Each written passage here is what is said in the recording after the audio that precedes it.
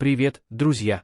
В новом эпизоде сериала «Розы и грехи» в историю наконец входит персонаж, чье имя давно висело в воздухе – Некат.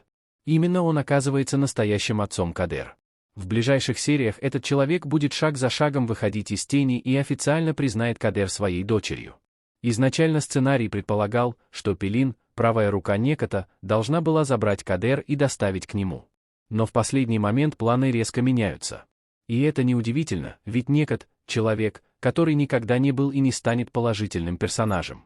Ранее он уже предпринимал попытку устранить Берак, а также сыграл ключевую роль в решении Берак отдать Кадер на усыновление. Теперь главный вопрос – кто же на самом деле Некат? Здесь появляются две основные версии. Первая – та, о которой говорили с самого начала, возможно, Некат является отцом Серхата. Вспомним сцену телефонного разговора, где Серхат в шоке произносит «это ты». Мы знаем, что он долгие годы не видел своего отца, и потому вероятность такого поворота достаточно высока.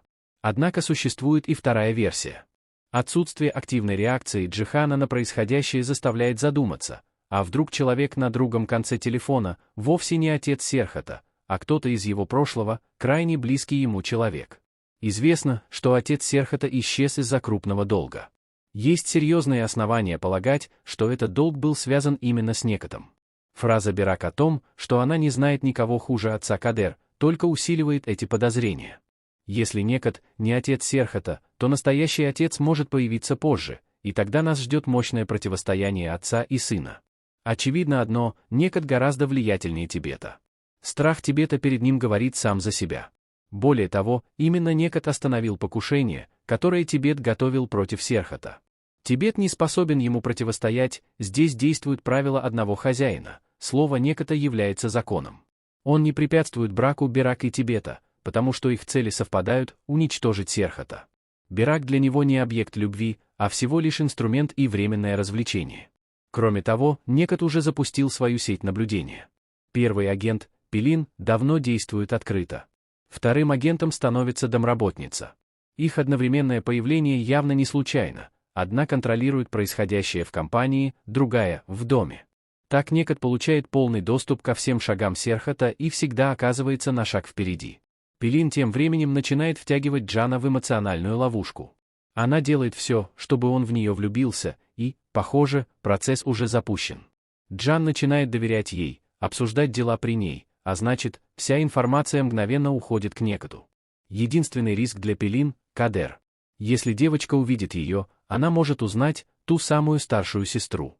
Поэтому Пелин вынуждена держаться подальше от Кадер. В следующей серии подозрения Серхата только усилятся. Он начнет сомневаться, что Тибет действительно отец Кадер, и решит провести ДНК-тест. На этот раз он все организует сам и тайно возьмет образец у Тибета. Но, поделившись этим с Джаном, он сам невольно выдаст план. Пелин узнает обо всем, и результаты теста будут подменены, чтобы подтвердить родство. Это лишь усилит внутреннюю тревогу и паранойю Серхата. После этого Серхат перейдет к жестким мерам безопасности. Его жизнь и жизни детей оказываются под угрозой, и он начнет передвигаться с охраной, вводя строгие ограничения, в том числе и для Зейнеп.